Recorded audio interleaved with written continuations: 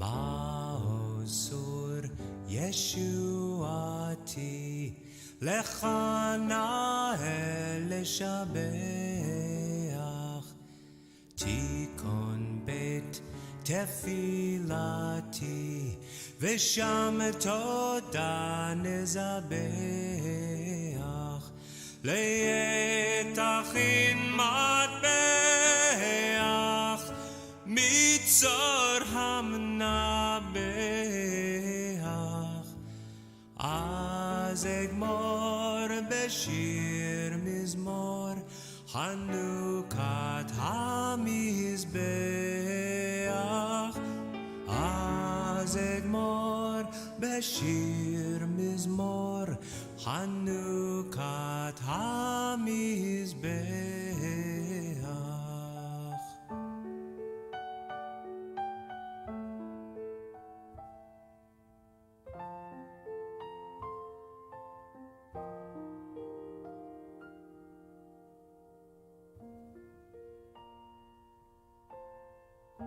Praise, joy, thankful, deliverance,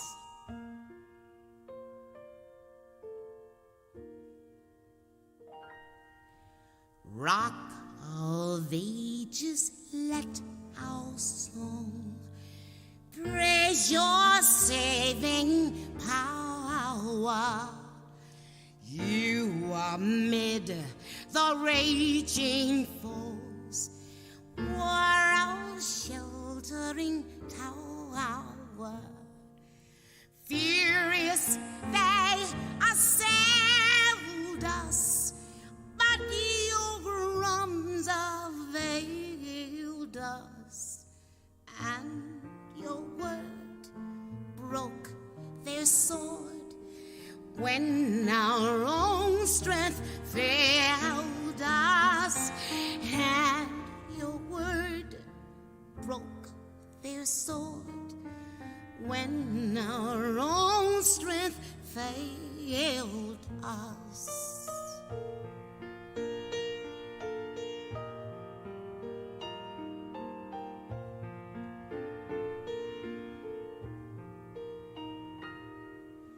Children of the wanderers, whether free or feathered, wake the echoes of the songs where you may be scattered. Yours the message cheering that the time is nearing,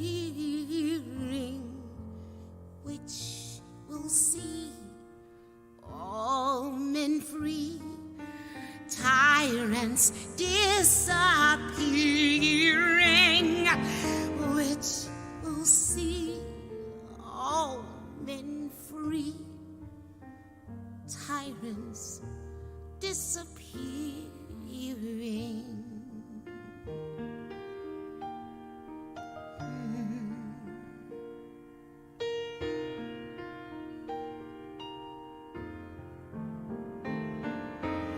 Rock of Ages, let our song praise your saving power. You amidst the raging foes were our sheltering tower. Furious they assailed us, but your arms availed us, and your word broke their sword.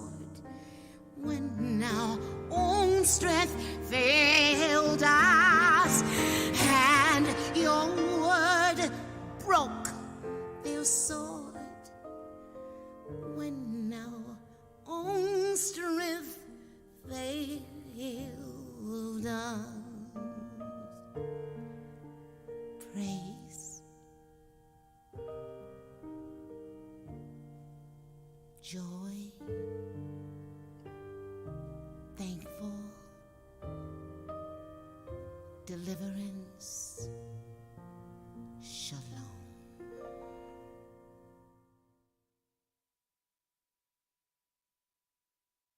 All right. Hey, good morning, everybody. Hag Sameach. Happy Hanukkah. Again, it's the fourth day of Hanukkah, and it's Monday, December the 11th, 2023. It's good to be together. Um, it was good to be together for the third night of Hanukkah on Saturday evening, and it was great to have everyone that was able to come to be with us. Our house still smells like oil from the making of the latkes. Um, and But it was a wonderful time. And this morning we're going to be the title of today's manna is Hanukkah. We're safe, but we're not safe because of the hands of man. We're not safe by the hands of man. We're going to look at Daniel chapter 8 this morning, and then Psalm 27. Want to encourage everyone to continue to pray for Israel by name, to continue to pray for the captives. This morning, today, I'll be praying for 23-year-old Romy Gonen, who was taken captive from the music festival. And the last that she had been heard from, she was in a vehicle on her phone, and she said that they had been shot. She had been shot, and they were all bleeding. But it is our understanding that she is still alive and in captivity. And obviously, we're concerned for her in every way. And so we need to be praying for this young girl, 23-year-old Romy. And I want to encourage you to pray for someone in captivity by name, and that we hold them close to our hearts and hold them up to the Lord. We have the link in the description that you can go to see those that are still, the names and faces of those who are still in captivity. And Hebrews 13:3 tells us, remember the prisoners as if you were fellow prisoners, and those who are mistreated as if you also were suffering bodily. So let's continue to hold them up in prayer. Well, we're going to look at, we're going to start this morning looking at Daniel chapter 8. Now, when we get to the back half of the book of Daniel, starting in chapter 7, Daniel begins. It's a portion that begins giving these visions.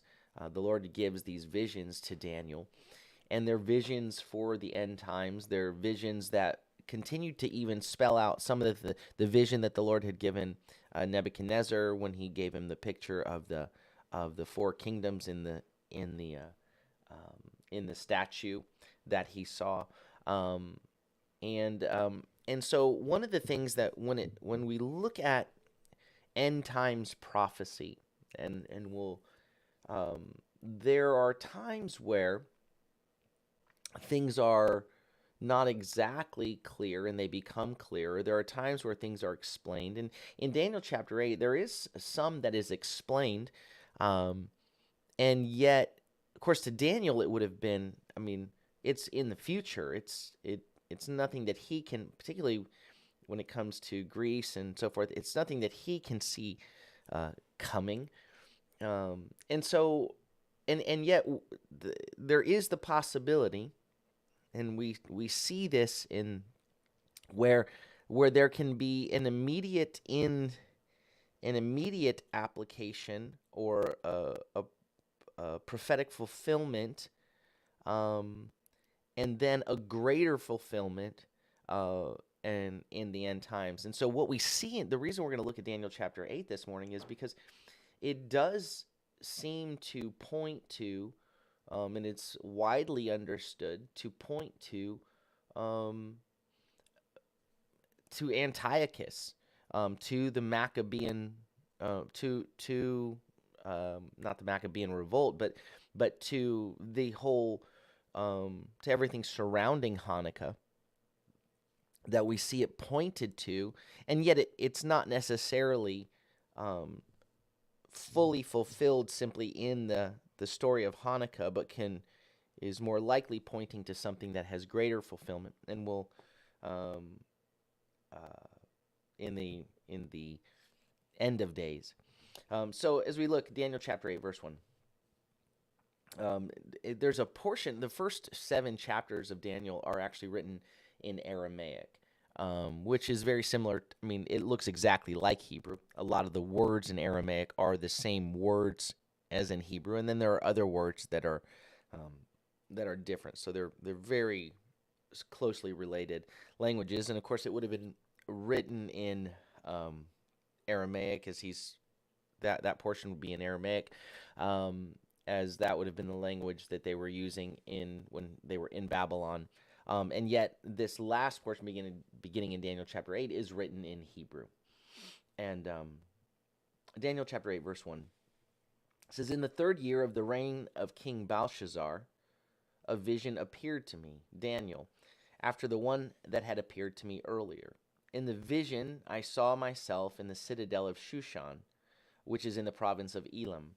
In the vision, I saw that I was beside the Ulai Canal." And so this is happening in the third year of Belshazzar's reign. So it's 2 years after the previous vision, he says. And of course, so Belshazzar is, of course, he's the one who in Daniel chapter 5 saw the writing on the wall. And that very night, the Lord says, "You have been, weighed and found wanting, and this very night is the end." And the Medes and the Persian Empire came in, and that was it. That was it for him that night. But this is before that. So the kingdoms that are going to conquer Babylon are still on the horizon. They're still over the horizon. And so here, Elam was a province in the Persian capital. And Susa, which we read about, of course, in the book of Esther, Susa later became the capital of the Persian Empire. But in Daniel's time, Susa was not yet a significant city. And so in understanding where he was, it would have been sort of this astounding experience. He's not there in body. He's there in having a vision. He finds himself in this vision in the capital of the empire that is going to conquer Babylon. And he says, "I lifted up my eyes and looked up. Behold, a ram," or it literally says one ram. It says Ayil Echad. And ram also speaks to one of strength. It says one ram with two horns was standing in front of the canal. The two horns were long, but one was longer than the other. But the longer one grew up last. I saw the ram charging toward the west, north, and south. No animal could stand against him. None could deliver from his hand. So he did as he pleased and magnified himself. And so again, that is one ram with two horns.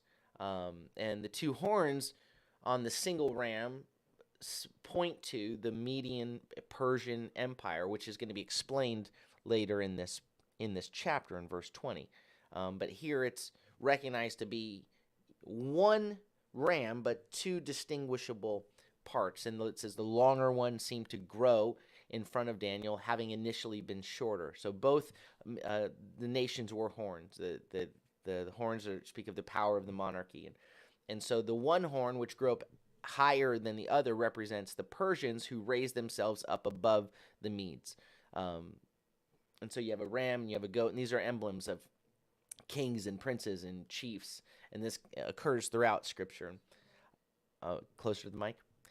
And so the Medo-Persian Empire eventually stretched south to the Caspian Sea, and somewhat to east of Babylon. It included an area about 250 miles east and west, and 600 miles north and south. And so when the Babylonian Empire began to weaken after Nebuchadnezzar's death, the Persians became more and more powerful. And then so during the reign of Cyrus, the Persians conquered Media and combined then the two countries into the Medo-Persian Empire. And as the Medes and the Persians then grew in strength, they came together, they grew, and they became stronger. Then they conquered Babylon in the year 539 BCE. And they dominated the whole region until the rise of Alexander the Great, who he conquered the Medo-Persians in 331. Verse 5 says, "While I was contemplating this, behold, a male goat from the west." So picture with me, the west would be like Greece, would be the Mediterranean. It's come from the east. The ram had come from the east, conquered Babylon. But now a male goat from the west crossing the face of the whole earth without touching the ground. Now the goat had a conspicuous horn between his eyes, or the word is, it's just easy to spot, easy to see. So it says, I was thinking about this, what I had just seen, and this from the west comes this goat without touching the ground, right? So this is a rapid conquering, and so so when you think of how quickly Alexander conquered the known world, this is pointing toward that. And again, it has this conspicuous horn between his eyes in the middle of his forehead, so it's sort of the center of its whole strength. And so it's a horn of considerable greatness. It was conspicuous. It really is prominent. And you're not like, who is this? So when we think of Alexander the Great, everyone knows of him. This was a conspicuous horn.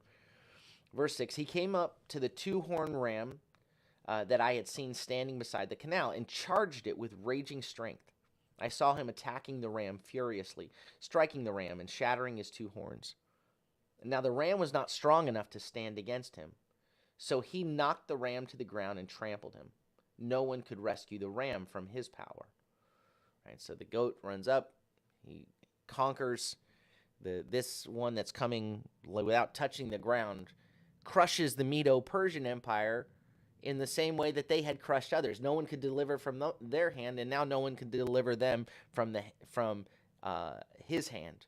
And so then over the period of 4 years, from the year 335 to 331 BCE, Alexander demolished the Persian Empire and established an empire of his own that extended from Europe to India. Daniel lived to see the beginning, to see the change from the Babylonian reign, of course, to the Medo-Persian reign. King Darius was Darius the Mede.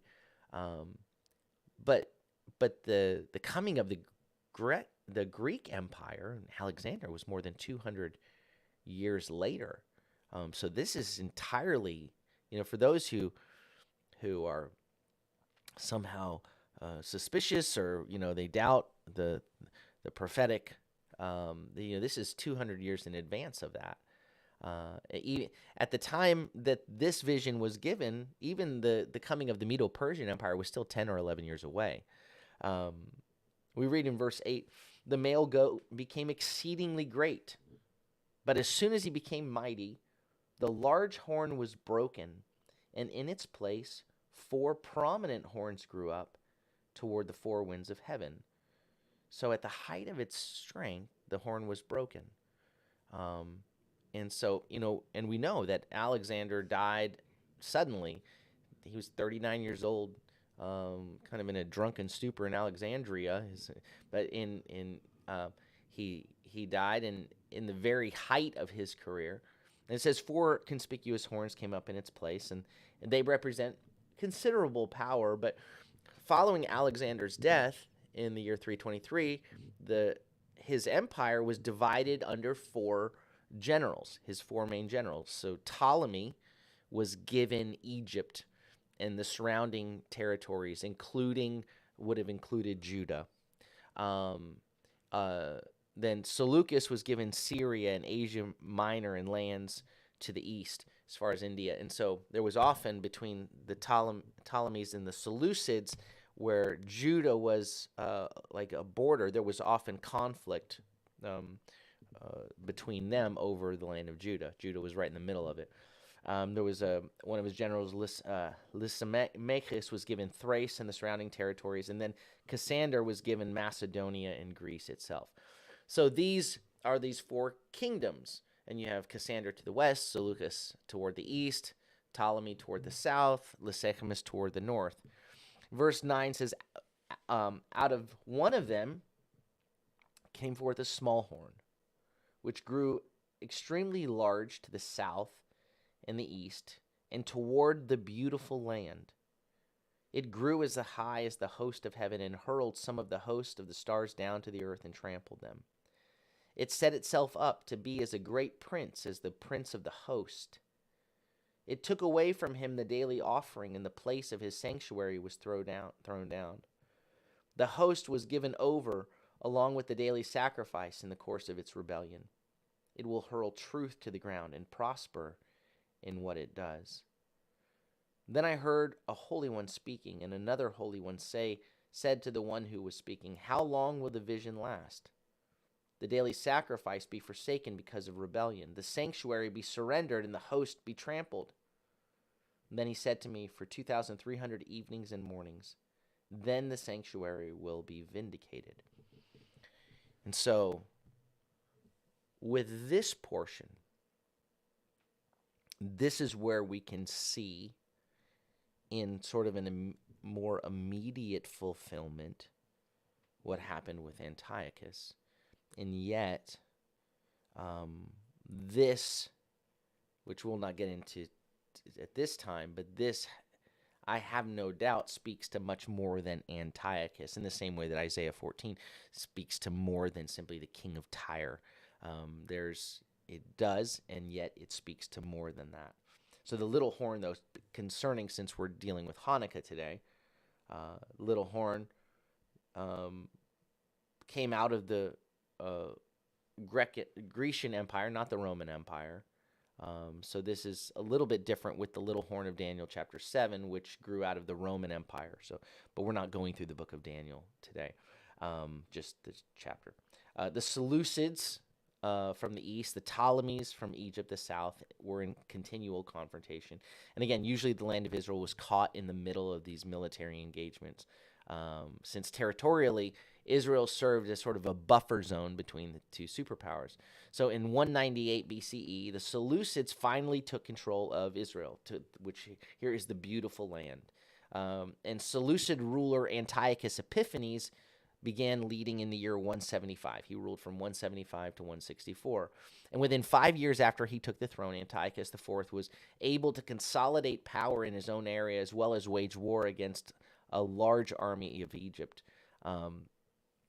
And so the stars that it talks about, later in the chapter, and it seems to be in verse 24, show them to be the stars are the people of Israel. It's often understood. Now we can see in the book of Revelation how the stars points to something that's happening in the invisible, right? That there's a supernatural battle taking place, right? There's a supernatural battle taking place. But in terms of what you see in the physical, what's happening with those that are in places of spiritual leadership in Israel, that they're that everything is just overthrown, right? And so when you see the coins of Antiochus, they actually picture his head mounted with a star, and he entitled himself Antiochus Epiphanes, God made manifest.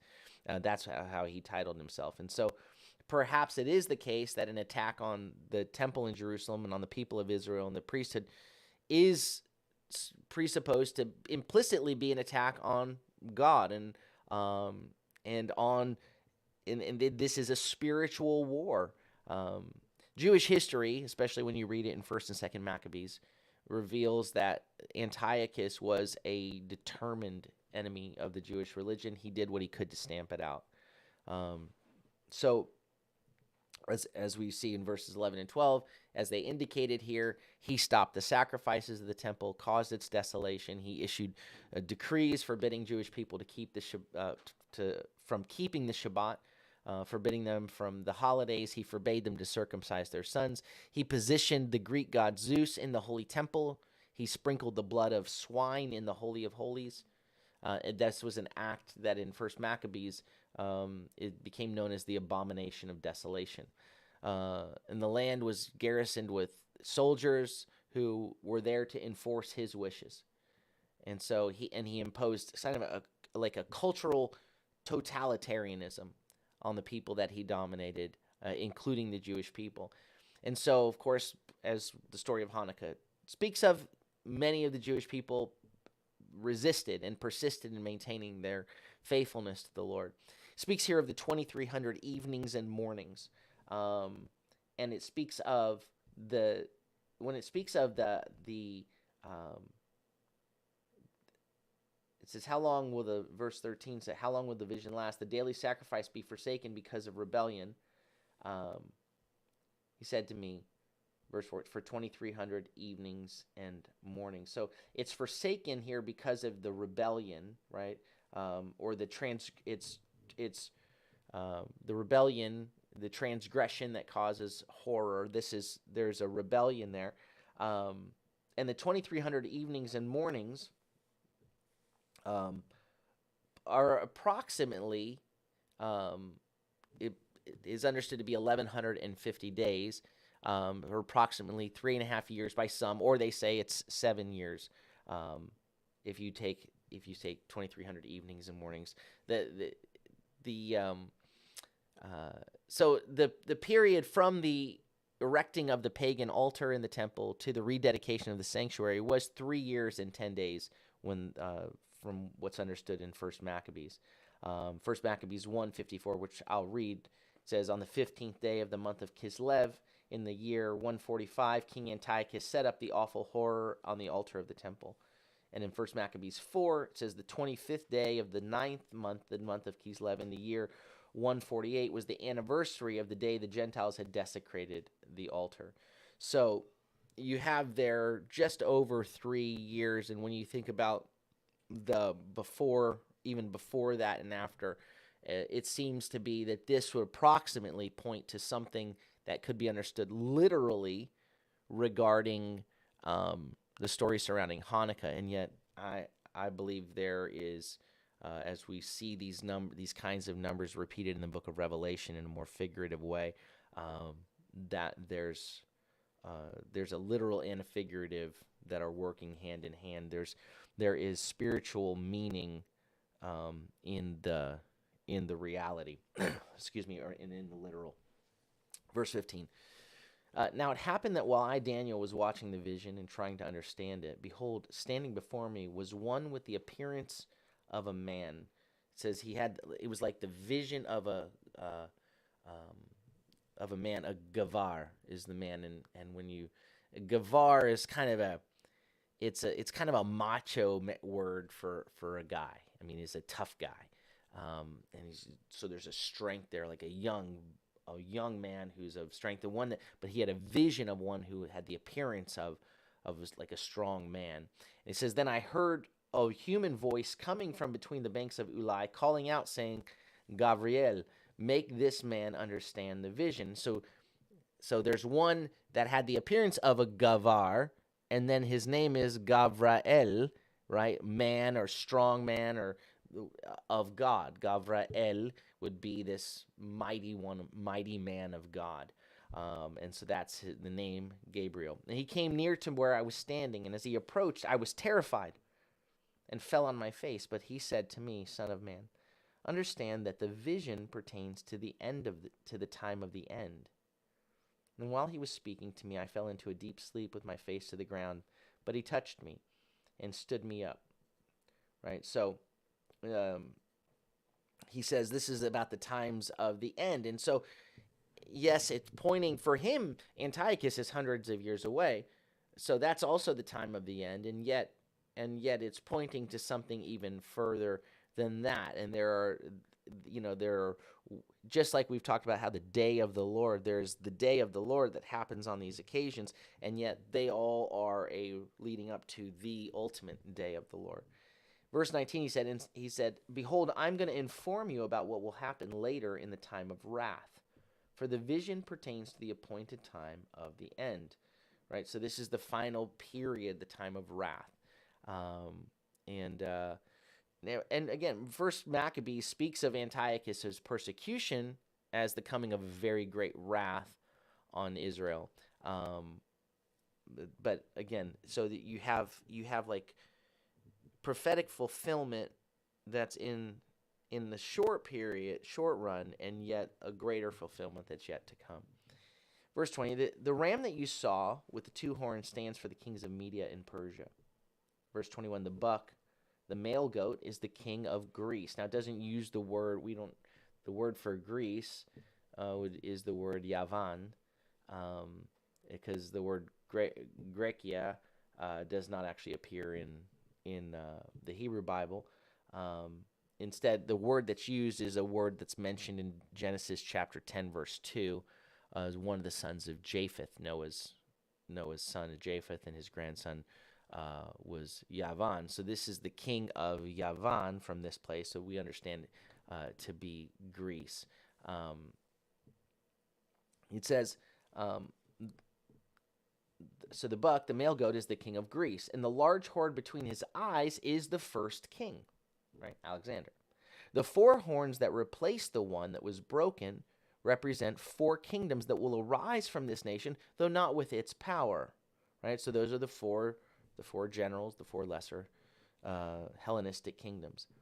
Verse 23, now toward the end of their reign, when the measure of transgressions is completed, a stern-faced king, a master of intrigue, a stern-faced or insolent, it's described, it's a hard of countenance, and here a master of intrigue, or he's skilled, he has understanding in difficult things, in mysteries, will arise. His power will be mighty, but it will not be by his strength alone.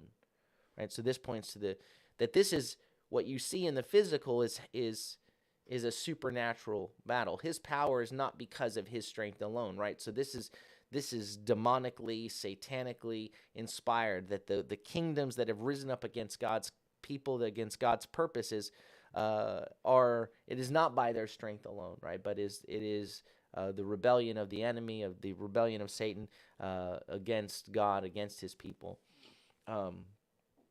He will cause extraordinary devastation and succeed in whatever he does. He will destroy both the powerful and the holy people. By his cunning, he will cause deceit to prosper under his hand, and he will consider himself superior. He will destroy many, taking them unaware. He will even stand up against the prince of princes. Yet he will be broken, but not by human hands. Right? So he raises himself up against God himself. And even speaking of the prince of princes, so this is, who is this?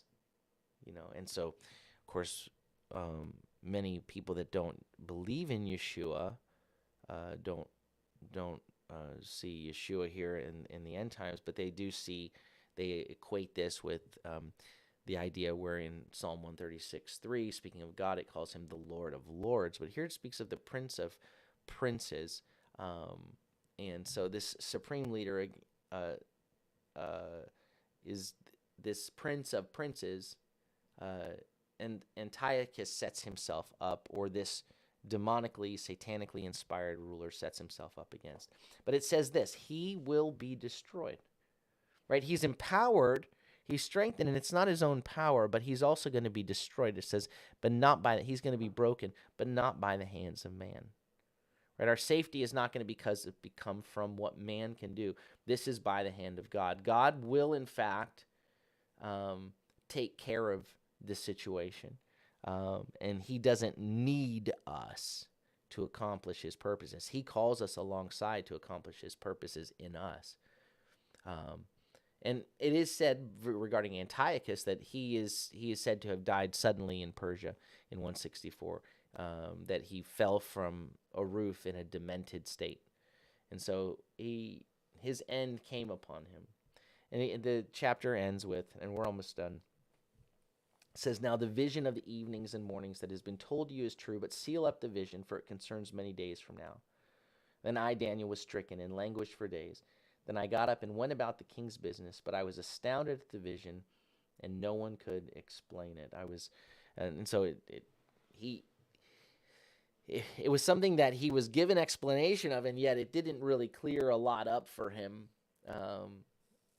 in terms of his own understanding. And it said to conceal it or store it up for many days from now, because it's for another time. And so, but what we see in this is that you see bad things are going to happen, and that that even the holy people will suffer, and yet all of these things are happening, and yet the Lord is in control. The Lord is on the throne, and this rebellion will express itself and will bring about destruction, but ultimately it will be destroyed, and that our safety is in the hands of the Lord. And so I want to read Psalm 27 as we focus on the lights of Hanukkah and the fact that our desire is to be faithful to God in a world in which there is demonically inspired hostility against God, against his people, and it looks like it's succeeding, and it looks like it prospers, and you say, how long, O Lord? And yet our safety is in this, not to be caught in the immediate, in the small, in the short term of what's happening in the moment, but to know that we are in his hands and he is in our midst, and that Antiochus ruled for a second, but he rules forever, and he takes care of it, and we're safely his forever. So Psalm 27 says, Adonai is my light and my salvation. Whom should I fear? Should I fear Antiochus? Should I fear those who want to destroy me? Adonai is the stronghold of my life. Whom should I dread? When evildoers approached me to devour my flesh, my adversaries and my foes, they stumbled and fell. Though an army camp besieges me, my heart will not fear. Though war breaks out against me, even then will I be confident, or even then will I trust. One thing I have asked of Adonai, that will I seek, to dwell in the house of Adonai all the days of my life, to behold the beauty of Adonai and to meditate in his temple. And so you can even see how during the time of the battles during the time of Hanukkah, the Maccabean revolts, that the desire was to be faithful to God and for the beauty of the Lord's temple to be restored. And as they fought and they hid away, their hiding place was in him. The Lord was their shelter. And so in the verse 5, for in the day of trouble he will hide me in his sukkah, conceal me in the shelter of his tent, and set me high upon a rock. Then my head will be high above my enemies around me. In his tabernacle I will offer sacrifices with shouts of joy. I will sing, yes, sing praises to Adonai. Hear, Adonai, when I call with my voice. Be gracious to me and answer me. To you my heart says, seek my face. Your face, Adonai, I seek. Do not hide your face from me. Do not turn your servant away in anger. You have been my help. Do not abandon me or forsake me, O God of my salvation. Though my mother and my father forsake me, Adonai will take me in. I think of those, how many in Israel at the time, you had the high priest who that had been appointed by Antiochus, and Jason the high priest, whose name was actually Joshua, but Jason the high priest, and how many had succumbed to compromise with the Hellenistic Empire, and people probably felt that tearing and felt that abandonment of their own, but our hope is in the Lord. Though my father and mother forsake me, even Adonai will take me in. Teach me your way, Adonai, and lead me on a level path because of my enemies. Do not turn me over to the desire of my foes, for false witnesses rise up against me, breathing out violence. Surely I trust that I will see the goodness of Adonai in the land of the living. Wait for Adonai. Be strong. Let your heart take courage and wait for Adonai. Amen. Put your hope in him.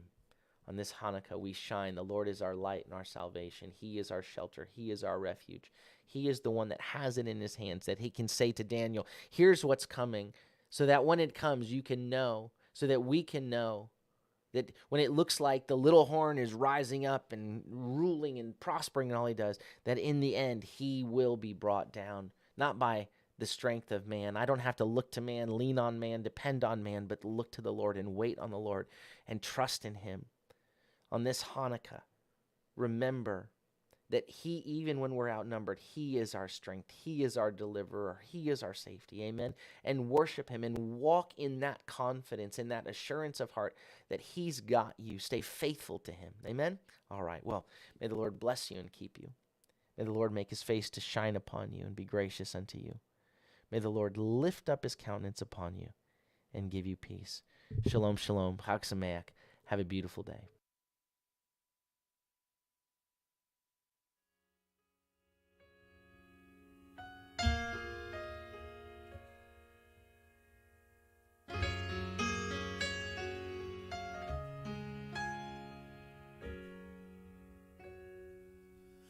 Ma'otzur Yeshuati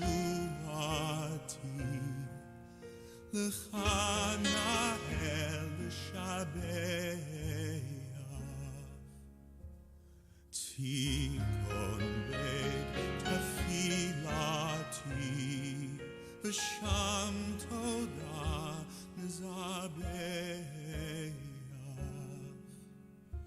Liet tachin madbeach mitzor hamnabeach Az ekmor bashir mizmor Chanukah hamizbeach Az ekmor bashir mizmor Chanukah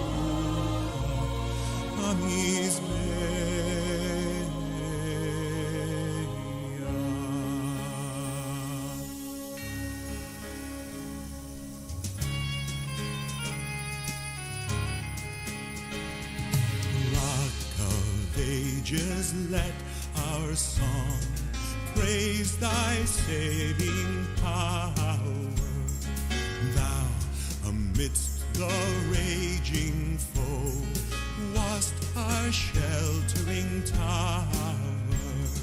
Furious they assailed us, but thine arm availed us, and thy word broke their sword when our own strength failed us, and thy word broke their sword when our own strength failed